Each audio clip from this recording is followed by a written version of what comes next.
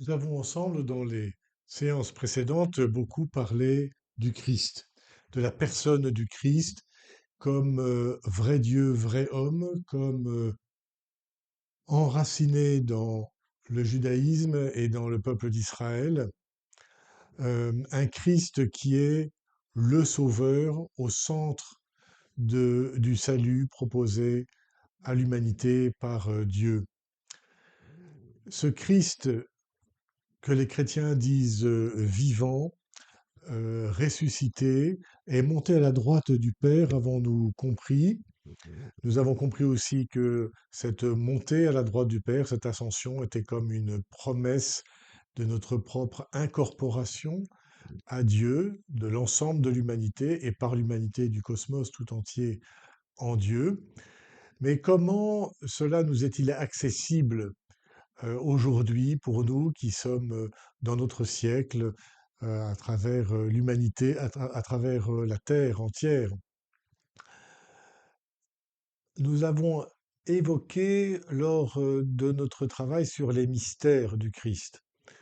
La double nature de Jésus rend sa vie, les différents aspects de sa vie, son mystère, et au plus haut point le mystère pascal, sa mort et sa résurrection, le rend présent à l'ensemble de l'histoire humaine, car présent à Dieu même, lui-même hors du temps et dans le temps, portant le temps à l'histoire, alpha et oméga de l'histoire. Le moyen de cet accès, c'est l'Église, sacrement de ce Christ vivant, c'est-à-dire signe efficace, agissant de ce Christ vivant, mais nous devons dire immédiatement dans l'Esprit Saint.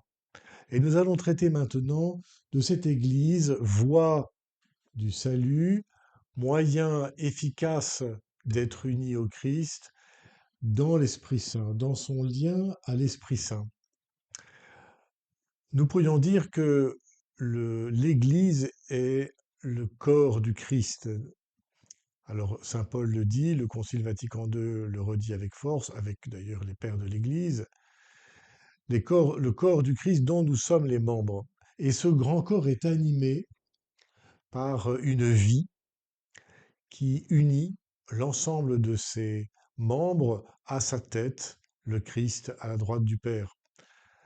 Cette vie, c'est l'Esprit Saint lui-même qui anime ce corps.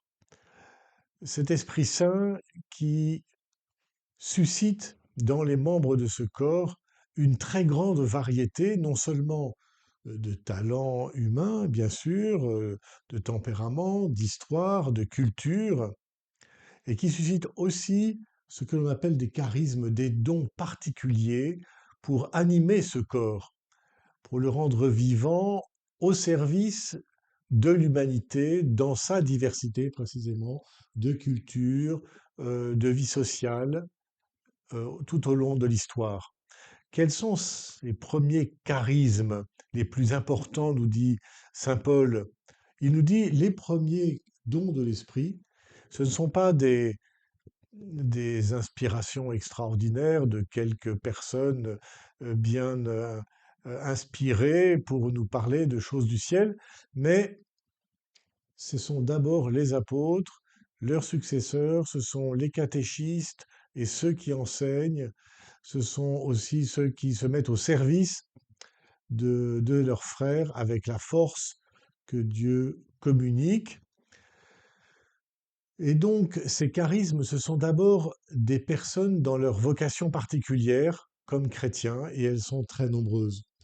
Bien sûr, il y a ces vocations apostoliques de successeurs des apôtres et des prêtres qui les aident, et des diacres qui aident et les prêtres et les évêques dans cette mission.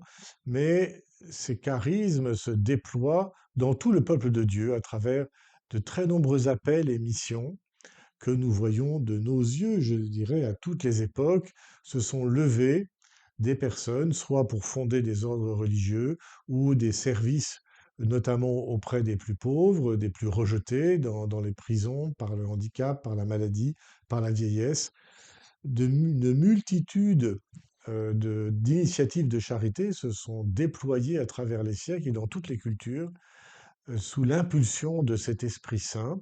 Beaucoup de ces initiatives, d'ailleurs, ont été ensuite sécularisées et reprises par les États comme des évidences d'humanité, mais qui ont été révélées et mis en route par ces dons de l'Esprit. C'est là que nous voyons que ce grand corps de l'Église est bien au service de l'humanité et au service du meilleur de ce que l'humanité est appelée à devenir, c'est-à-dire une humanité en alliance librement consentie avec son Dieu, une humanité qui accueille librement et volontiers et le dialogue avec Dieu, son Créateur, et les dons de Dieu qu'il reçoit pour les faire fructifier. Alors vous me direz, mais est-ce que l'Esprit Saint, qui agit ainsi en l'Église, agit aussi en dehors de l'Église?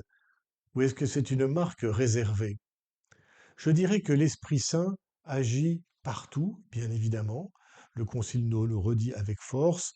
Tout homme est associé d'une manière que Dieu seul connaît, nous dit Gaudium et Spes au numéro 22, que Dieu seul connaît au mystère de la mort et de la résurrection du Christ, de sorte que l'Esprit Saint qui repose sur le Christ repose sur l'ensemble de l'humanité.